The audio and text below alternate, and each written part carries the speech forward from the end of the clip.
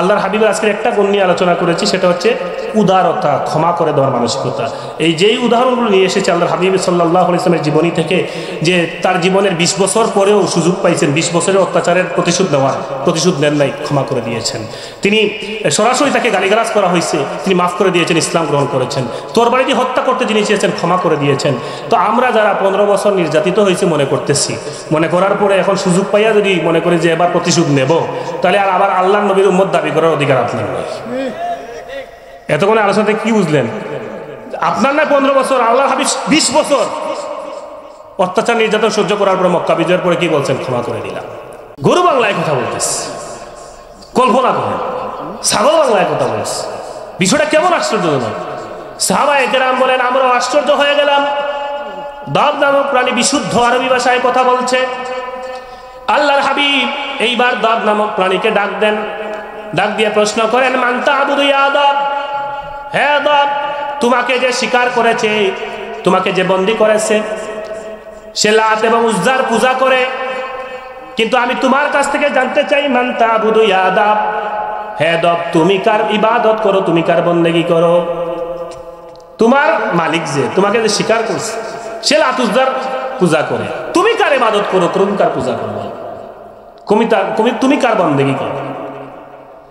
এইবার দাব নামক প্রাণী সরাসরি উত্তর না দিয়ে অনেকটা সিফাত লাগিয়ে জবাব দেয়, আল্লাযী ফিস সামাই আরশুহু ওয়া ফিল আরদি সুলতানুহু ওয়া ফিল বাহরি সাবিলুহু ওয়া ফিল জান্নাতি রাহমাতুহু ওয়া ফিন নারি ইকাবুহু। আমি সেই আল্লাহর ইবাদত করি যার আরশ 7 আকাশের উপরে, আমি সেই আল্লাহর ইবাদত করি যার কর্তৃত্ব এই জমিনে, আল্লাযী ফিল বাহরি সাবিলুহু, আমি সেই আল্লাহর ইবাদত করি যার একটা নির্দেশে সাগরের মধ্যে রাস্তা তৈরি হয়ে যায়, আল্লাযী ফিল জান্নাতি রাহমাতুহু, আমি সেই আল্লাহর ইবাদত করি যিনি জান্নাতে তার বান্দাদের রহমত করবেন, আল্লাযী ফিন নারি ইকাবুহু, আমি সেই আল্লাহর ইবাদত করি যিনি জাহান্নামে তার অবাধ্য বান্দাদেরকে শাস্তি দিবেন। আল্লাহর হাবিব এরপরেই প্রশ্ন করেন, ফামান আনা ইয়া দাব, হে দাব, তুমি তো আল্লাহর পরিচয় দিলা, আল্লাহর ইবাদত করো, আমার পরিচয় দাও তো, আমি কে? তোমার এই মালিক তোমাকে যে বন্দী করেছে, সে দাবি করেছিল যে আল্লাহর ইবাদতের, আল্লাহর উলুহিয়তের, এক আল্লাহ তাওহীদের প্রমাণ তোমার জবান থেকে বের করতে, তুমি তো এটা দিলা, এবার আমার পরিচয়, আমার রিসালাতের পরিচয় দাও, আমি কে? ফামান আনা ইয়া দাব, হে দাব, আমি কে? এবার সে বলছে, আনতা রাসূলু রাব্বিল আলামিন খাতামুন নবিয়্যিন ক্বাদ আফলাহা মান সাদ্দাকাকা ওয়া ক্বাদ খাবা মান কাযযাবাকা। আপনি হচ্ছেন আল্লাহ সুবহানাহু ওয়া তাআলার পক্ষ থেকে সর্বশেষ নবী আর রাসূল, আর আপনি হচ্ছেন আল্লাহর পক্ষ থেকে সর্বশেষ নবী আর রাসূল। আপনার নবুয়ত, আপনার রিসালাত যে মানবে সে দুনিয়ায় সফল, আপনার নবুয়ত, আপনার রিসালাত যে অস্বীকার করবে সে দুনিয়ায় ব্যর্থ, আখিরাতেও ব্যর্থ হবে। সুবহানাল্লাহ। এই দাব নামক প্রাণীর জবান থেকে যখন আল্লাহর তাওহীদ এবং আল্লাহর নবীর রিসালাতের স্বীকৃতি আসলো, এইবার ওই বেদুইন তার দিল পরিবর্তন হয়ে গেল। তিনি তো চ্যালেঞ্জ করেছিলেন, তিনি বলতেছেন ওয়াল্লাহি, এর আগে দুইবার কসম করছেন কি?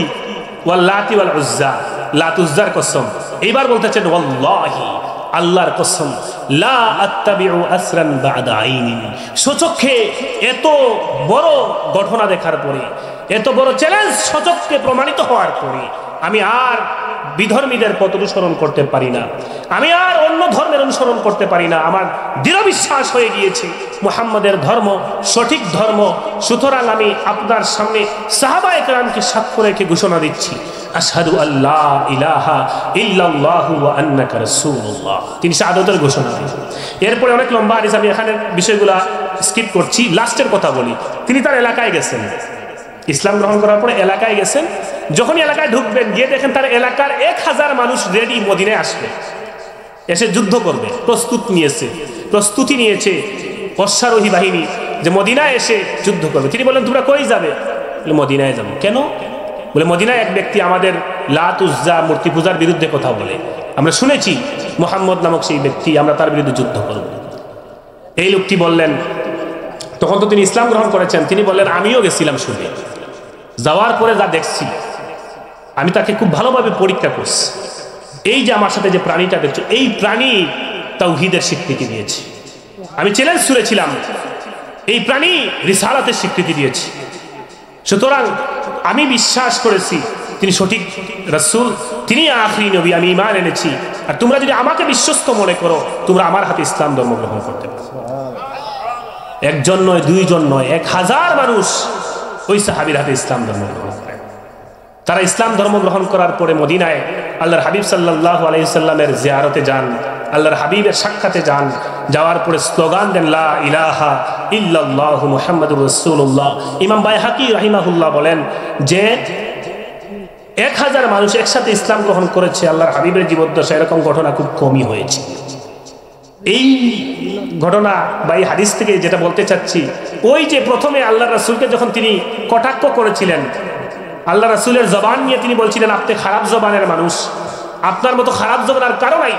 ওই সময় যদি আল্লাহর হাবিব ধৈর্যের পরিচয় না দিতেন, না দিয়ে উমর রাদিয়াল্লাহু তাআলা যেভাবে দাঁড়িয়েছিলেন, ইয়া রাসূলুল্লাহ দানি ফাআকুমা ফাআকতুলা, অনুমতি দেন মাথা উড়াইয়া দেব, তাহলে ওই সময় যদি অনুমতি দিতেন বলে দাও উমর মাথা উড়াইয়া, তাহলে তো তারও ঈমান নসিব হইতো না, আর এই 1000 মানুষেরও ঈমান নসিব হইতো না। ধৈর্য ধারণ, সামান্য সময় ধৈর্যশীল হওয়ার কারণে তিনিও ইসলাম ধর্ম গ্রহণ করলেন এবং তার হাতে 1000 মানুষ ইসলাম ধর্ম গ্রহণ করলেন। সুবহানাল্লাহ। আমাকে একটু গালি দিয়ে দিয়েছে, আমি এটা মনে রাখতেছি যে আজ থেকে গত ক্ষমতায় থাকতে গালি দিছো, আর বাবাকে গালি দিছিলা, এখন ক্ষমতায় নাই, খবর আছে, প্রতিশোধ নেন। কেউ মাইন্ড করবেন না। আমি কিন্তু মূল বিষয়টা হচ্ছে আমাদেরকে নবীর আদর্শে আদর্শিত হওয়ার দাবি তো করি সবাই, তাহলে এই আখলাকটা আজকে আমি স্মরণ করে দিচ্ছি, আমরা যেন সহনশীল হই, ধৈর্যশীল হই। আল্লাহর হাবিবের জীবনের উপর আঘাত এসেছে একবারে সরাসরি। এক যুদ্ধ থেকে আসছেন, গাছের ছায়া আশ্রয় নিয়েছেন, বিশ্রাম করছেন, তরবারিটা গাছের ডালে ঝুলে রাখছেন। তো বিশ্রামের মধ্যে গাওরাস ইবনুল হারিস নামে এক ব্যক্তি, সে এসে আল্লাহর হাবিব সাল্লাল্লাহু আলাইহি ওয়াসাল্লামের তরবারি নিয়ে নিছে হাতে। তিনি চোখ বন্ধ করেছিলেন, ওই সময় তরবারি দ্রুত আল্লাহর হাবিবের তরবারি নিয়ে নিয়েছে। সাথে সাথে আল্লাহর হাবিব সাল্লাল্লাহু আলাইহি ওয়াসাল্লাম চোখ খুলছেন, এখন তার হাতে তরবারি, আল্লাহর হাবিব সাল্লাল্লাহু আলাইহি ওয়াসাল্লাম নিরস্ত্র। তো সে বলতেছে, মান ইয়ামনাউকা মিন্নি ইয়া মুহাম্মদ, হে মুহাম্মদ এখন কে বাঁচাইবে তোমাকে? কেউ নাই, তোমার সাহাবীরা তো অনেক দূরে দূরে, এক একজন ঘুমাচ্ছে, তুমি একা একা একটা গাছের নিচে বসে আছো, তোমার তরবারি এখন আমার হাতে, তুমি এখন আমার তরবারির নিচে, মান ইয়ামনাউকা মিন্নি, কে বাঁচাইবে? আল্লাহর হাবিব সাল্লাল্লাহু আলাইহি ওয়াসাল্লাম ধীর কণ্ঠে বললেন, আল্লাহ। সে দ্বিতীয়বার আবার বলছে, মান ইয়ামনাউকা মিন্নি ইয়া মুহাম্মদ, হে মুহাম্মদ কে আমাকে আমার হাত থেকে তোমাকে কে বাঁচাইবে? রাসূলুল্লাহ সাল্লাল্লাহু আলাইহি ওয়াসাল্লাম দ্বিতীয়বারও ধীর কণ্ঠে বললেন, আল্লাহ। দ্বিতীয়বার তার জবান মুবারক থেকে আল্লাহ শব্দ শোনার সাথে সাথে ওই গাওরাস ইবনুল হারিস তার হাত থরথর করে কেঁপে তরবারিটা পড়েছে। রাসূলুল্লাহ সাল্লাল্লাহু আলাইহি ওয়াসাল্লাম তরবারি হাতে নিয়েছে, নিয়ে এবার তিনি বলছেন, মান ইয়ামনাউকা মিন্নি, তোমাকে আমার হাত থেকে কে বাঁচাবে? এখন স্বাভাবিকভাবে একটু আগে যে হত্যা করতে চাইছিল, আমরা হইলে বলতাম বেটা এখন খবর আছে, কোনো ছাড় নাই, সুযোগ পাইছি। তো আল্লাহর হাবিব প্রশ্ন করলেন, এখন তোমাকে কে বাঁচে? তো সে এটা না বলে বলতেছে, আমি তো আশা করি কোন খাইরন বি, আপনি আমার প্রতি খুব ভালো আচরণ করবেন, এটা আমি আশা করি। যদিও আমি আপনার সাথে অন্যায় করেছি, যদিও আমি আপনার সাথে খারাপ ব্যবহার করেছি, আপনার তরবারি নিয়ে আপনাকে হুমকি দিয়েছি, আপনাকে ধমকি দিয়েছি, কিন্তু আমার বিশ্বাস আপনি আমার মতো আমার সাথে ব্যবহার করবেন না, আপনি আমাকে মাফ করে দিন। রাসূলুল্লাহ সাল্লাল্লাহু আলাইহি ওয়াসাল্লাম ওই মুহূর্তে সাহাবায়ে কেরাম জমা হয়ে গেছে, বলে ইয়া রাসূলুল্লাহ ঘটনা কি? তিনি বলেন, এইভাবে সে আমাকে হত্যা করতে চাইছিল, কিন্তু আমার জবান থেকে আল্লাহ শব্দ শোনার পরে তার হাতে থরথর করে তরবারি পড়ে যায়, আমি তরবারিটা হাতে নিয়েছি। আল্লাহর হাবিব সাল্লাল্লাহু আলাইহি ওয়াসাল্লাম তাকে ছেড়ে দিলেন। এই যে তাকে তার জীবন মানে হত্যা না করে তার জীবন রক্ষা করে তাকে ছেড়ে দিলেন, মুক্ত করে দিলেন। সে তার এলাকায় তার কওমের কাছে গিয়ে বলতেছে, কাদ জিতুকুম মিন খাইরিন নাস, আমি তোমাদের কাছে এই দুনিয়ার সবচাইতে শ্রেষ্ঠ মানুষের দরবার থেকে এসেছি, সুবহানাল্লাহ, যাকে আমি হত্যা করতে গিয়েছিলাম। কিন্তু তিনি যখন পরবর্তীতে আমাকে সুযোগ পাইলেন, একবারে কোনো ধরনের কোনো আক্রমণ না করে, আমাকে খারাপ কোনো কথাও না বলে, শুধু বলেছিলেন তোমাকে কে রক্ষা করবে? আমি বলছিলাম যে আপনি আমাকে বাঁচাইলেন, আপনি আমাকে মাফ করে দিলেন। তিনি সাথে সাথে আমাকে মাফ করে দিলেন। তো আমি জিতুকুম মিন খাইরিন নাস, তোমরা যার ব্যাপারে বদনাম করো, তোমরা যার ব্যাপারে নিন্দা ছড়াও, তোমরা যাকে বলো যে তিনি আমাদের মূর্তি পূজার বিরুদ্ধে কথা বলেন, তার আখলাক এত উত্তম, তিনি এত উত্তম গুণের অধিকারী, এত উত্তম গুণের অধিকারী, কখনো বিপদগামী ব্যক্তি হতে পারে না। আমি তার ইসলাম ধর্ম গ্রহণ করে নিলাম। সুবহানাল্লাহ। আল্লাহর হাবিব সাল্লাল্লাহু আলাইহি সাল্লাম এইভাবে তার জানের উপরে, সাহাবায়ে কেরামের জানের উপরে আঘাত এসেছে, ক্ষমার মাধ্যমে মানুষকে নিজের কাছে টেনে নিয়েছেন, ক্ষমার মাধ্যমে মানুষকে কাছে টেনে নিয়েছেন।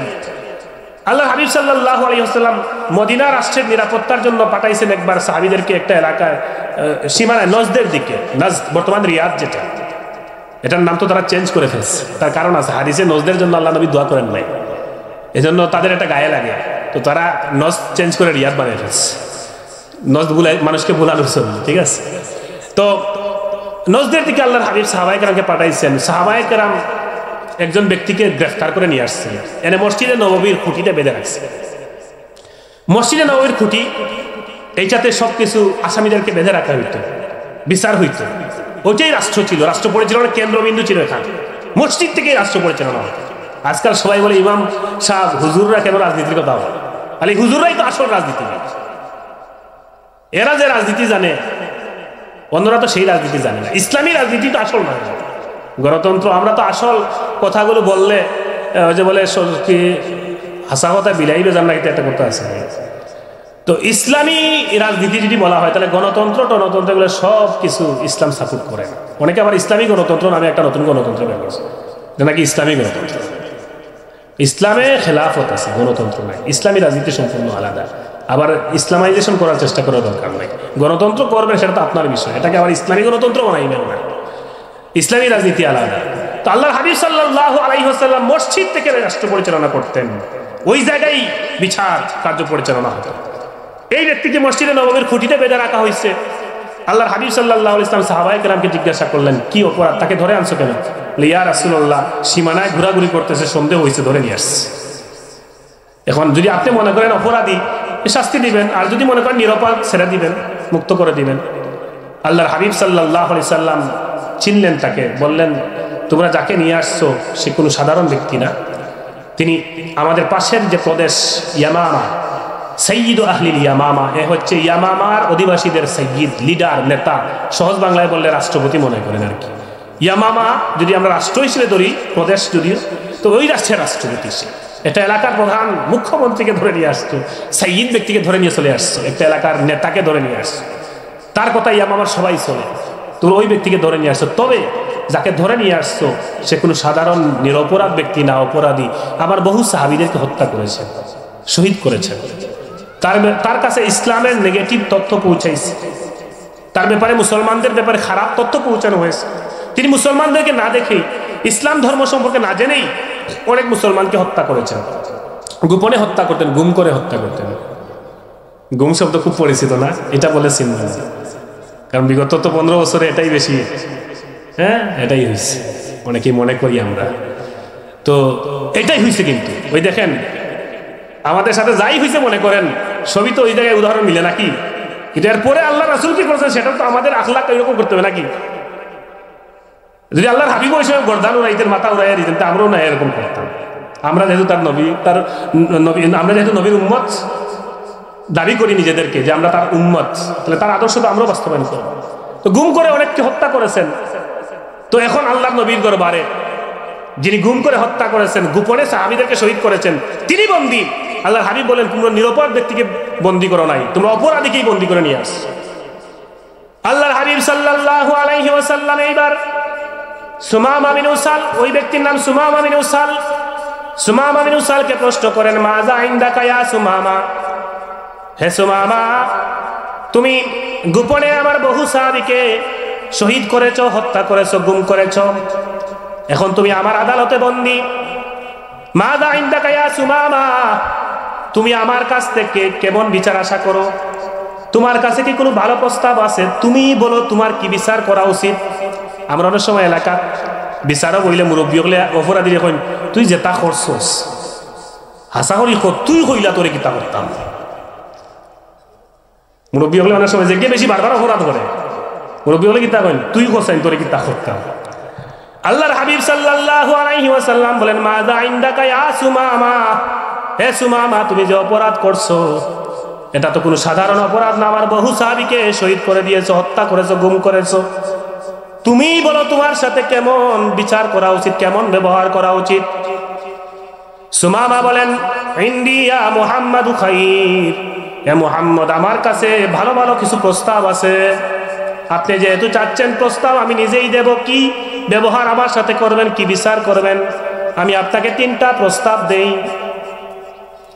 ইন তাকতুল তাকতুল জাদামিন, ওয়া ইন তুনইম তুনইম আলা শাকিরিন, ওয়া ইন কুনতা তুরিদুল মাল ফাসাল তুতা মিনহু মা শিতা। 1 নম্বর প্রস্তাব, ইন তাকতুল তাকতুল জাদামিন।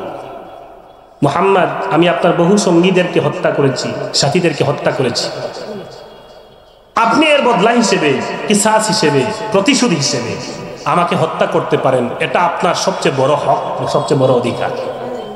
আসামি নিজেই কিন্তু বুঝতে পারছেন যে অপরাধ করছেন, এই অপরাধের বিনিময় স্বরূপ বদলা হিসেবে তাকে হত্যা করলেও এটা সঠিক সমাধান নয়। তারপরেও তিনি বলছেন যে এটাই ইন তাকতুল তাকতুল জাদামিন, আপনি চাইলে আমাকে হত্যা করতে পারেন, আপনার অন্যায় হবে না। ওয়া ইন তুনইম তুনইম আলা শাকিরিন, আপনি যদি আমার প্রতি অনুগ্রহ করেন। ওই সে ঘোষণা করে দিবা হুজুরে তান বয়ান শেষ করে আরাম শেষ করে 10 মিনিট শেষ করে কোনো সমস্যা নেই। যাই হোক, আমাদের আজকের মাহফিলের প্রধান অতিথি আলহামদুলিল্লাহ আমাদের মাঝে এসে উপস্থিত হয়েছেন। আলাদাভাবে পরিচয় করিয়ে দেওয়ার প্রয়োজন মনে করি না, সবাই আমরা চিনি। আমরা কি পরিচয় করাবো, ওনাদের পরিচয় আমরা পরিচিত, এই জন্য আমি মনে করি না ওনাদের আলাদা পরিচয় বর্ণনা করা দরকার। তো আমি আমার আলোচনা একেবারেই সংক্ষিপ্ত করছি, যেটা ছিল ভাইয়ের অনুমতিক্রমে। যদি আপনি আমার প্রতি অনুগ্রহ করেন, দয়া করে মুক্ত করে দেন, ইনতুনইম আলা শাকির, সারা জীবন আমাকে কৃতজ্ঞ হিসেবে পাবেন। আর ওয়া ইন কুনতা তুরিদুল মাল ফাসাল তুতা মিনহু মা শিতা, আপনি যদি চান যে টাকার বিনিময়ে মুক্তিপণ দিয়ে আমি ছাড়া পাবো, তাহলে আপনি দাবি করতে পারেন, আপনি যা চাইবেন তাই দেন। তো যাই হোক, রাসূলুল্লাহ সাল্লাল্লাহু আলাইহি ওয়াসাল্লাম তাকে ছেড়ে দিলেন। 3 দিন পরে ছেড়ে দিয়েছেন। ছেড়ে দেওয়ার পরে তিনি আল্লাহর হাবিব সাল্লাল্লাহু আলাইহি ওয়াসাল্লাম এর দরবারের রিসালত থেকে কিছু দূরে গিয়ে গোসল করে এসে তারপরে এসে বলছেন যে ওয়াল্লাহি, আল্লাহর কসম, ওয়াল্লাহি মা কানা আলাল আরদি ওয়াজহুন আবগাদা ইলাইয়া মিন ওয়াজহিক, আমি 3 দিন আগেও আমার কাছে এই দুনিয়ার জমিনে সবচেয়ে খারাপ চেহারা, ঘৃণিত চেহারা ছিল মুহাম্মদ আপনার চেহারা। ফাকাদ আসবাহা ওয়াজহুকা আহাব্বাল ওয়ুজুহি কুল্লিহা ইলাইয়া, কিন্তু এই 3 দিন আপনার এই মসজিদে নববীতে থেকে বসে আপনার আখলাক, আপনার ব্যবহার দেখে আমার ভিতরে একটা পরিবর্তন হয়েছে। এখন যদি কেউ আমাকে বলে যে এই দুনিয়ার জমিনে আমার কাছে সবচেয়ে প্রিয় চেহারা কোনটা, আমি বলবো মুহাম্মদের চেহারা। ওয়াল্লাহি মা কানা মিন বালাদিন আবগাদা ইলাইয়া মিন বালাদিক, 3 দিন পূর্বেও কেউ যদি আমাকে বলতো যে এই দুনিয়ার জমিনে সবচেয়ে খারাপ শহর কোনটা, আমি বলতাম যে মদিনা। কিন্তু ফাকাদ আসবাহা বালাদুকা আহাব্বাল বিলাদি কুল্লিহা ইলাইয়া, কিন্তু এখন যদি কেউ বলে 3 দিন আপনার যে ব্যবহার দেখলাম, সাহাবীদের যে ব্যবহার দেখলাম, এখন কেউ আমাকে বললে আল্লাহর কসম করে বলি, আমি বলবো সবচেয়ে প্রিয় নগরী হচ্ছে মদিনা মুনাওয়ারা। ওয়াল্লাহি মা কানা মিন দীনিন আবগাদা ইলাইয়া মিন দীনিক, 3 দিন আগেও যদি কেউ বলতো যে সবচাইতে খারাপ দিন কোনটা, ধর্ম কোনটা, আমি বলতাম সবচেয়ে খারাপ ধর্ম হচ্ছে মুহাম্মদের দিন, ইসলাম। কিন্তু আল্লাহর কসম করে বলি, আল ফাকাদ আসবাহা দীনুকা আহাব্বাদ দীনি কুল্লিহি ইলাইয়া, এখন যদি কেউ আমাকে বলে এই 3 দিন যে আমি আপনার ব্যবহার দেখেছি, বন্দীদের সাথে কিভাবে আপনারা ব্যবহার করেন, ইহুদিদের সাথে আপনি কিভাবে কথা বলেন, খ্রিস্টানদের সাথে আপনি কিভাবে কথা বলেন, কিভাবে আপনি দিনের দাওয়াত দেন, এটা দেখার পরে আমার কাছে যে নেগেটিভ তথ্য পৌঁছেছিল, আমার দিল পরিবর্তন হয়ে গিয়েছে। আমাকে যদি এখন কেউ প্রশ্ন করে সবচেয়ে প্রিয় দিন আমার কাছে কোনটা, আমি একেবারেই দিলের অন্তরের অন্তরস্থল থেকে বলতে পারি যে ফাকাদ আসবাহা দীনুকা আহাব্বাদ দীনি কুল্লিহি ইলাইয়া, আমার কাছে দুনিয়ার মধ্যে সবচাইতে প্রিয় ধর্ম হচ্ছে দিন ইসলাম। সুবহানাল্লাহ। এরপরে তিনি আল্লাহর হাবিবের সামনে তাওহীদ এবং রিসালাতের ঘোষণা দিয়ে কালিমাতুশ শাহাদার ঘোষণা দেন, আশহাদু আল্লা ইলাহা ইল্লাল্লাহু ওয়া আন্নাকা রাসূলুল্লাহ, এই ঘোষণা তিনি ইসলাম ধর্ম গ্রহণ করেন। তো আমি যেটা বলেছিলাম আমার আলোচনায় শেষ করছি যে আমরা আল্লাহর হাবিবের আজকের একটা গুণ নিয়ে আলোচনা করেছি, সেটা হচ্ছে উদারতা, ক্ষমা করে দেওয়ার মানসিকতা। এই যেই উদাহরণগুলো নিয়ে এসেছে আল্লাহর হাবিব সাল্লাল্লাহু আলাইহি ওয়াসাল্লামের জীবনী থেকে, যে তার জীবনের 20 বছর পরেও সুযোগ পাইছেন 20 বছরের অত্যাচারের প্রতিশোধ নেওয়ার, প্রতিশোধ নেন নাই, ক্ষমা করে দিয়েছেন। তিনি সরাসরি তাকে গালিগালাজ করা হয়েছে, তিনি মাফ করে দিয়েছেন, ইসলাম গ্রহণ করেছেন। তরবারি দিয়ে হত্যা করতে যিনি চেয়েছেন, ক্ষমা করে দিয়েছেন। তো আমরা যারা 15 বছর নির্যাতিত হয়েছে মনে করতেছি, মনে করার পরে এখন সুযোগ পাইয়া যদি মনে করি যে এবার প্রতিশোধ নেব, তাহলে আর আবার আল্লাহর নবীর উম্মত দাবি দাবি করার অধিকার আপনার নাই। এতক্ষণ আলোচনাতে কি বুঝলেন? আপনার নয় 15 বছর, আল্লাহ হাবিব 20 বছর অত্যাচার নির্যাতন সহ্য করার পরে মক্কা বিজয়ের পরে কি বলছেন? ক্ষমা করে দিলাম। সুতরাং আমরা সেই নবীর উম্মত দাবিদার হলে আমাদের মধ্যেও সেই আখলাক, অন্ততপক্ষে এই গুণটা আনার আমরা চেষ্টা করি। উদারনীতি, বর্তমান পরিস্থিতির আলোকে এটাই বললাম, আল্লাহ তাআলা আগে আমাকে আমল করার তৌফিক দান করুন, আমি যেন কারোর প্রতি হিংসা করার না হই। আর পরে আপনারা যারা শুনলেন সবাই যেন আমরা এই গুণের সহ বাকি যত গুণ আছে সব গুণে গুণান্বিত হওয়ার তৌফিক দান করুন। আখিরু দাওয়ানা আলহামদুলিল্লাহি রাব্বিল আলামিন। ভাই আলোচনা করবেন, দোয়া করবেন, আমি আর এখানে কোনো কিছু বলছি না।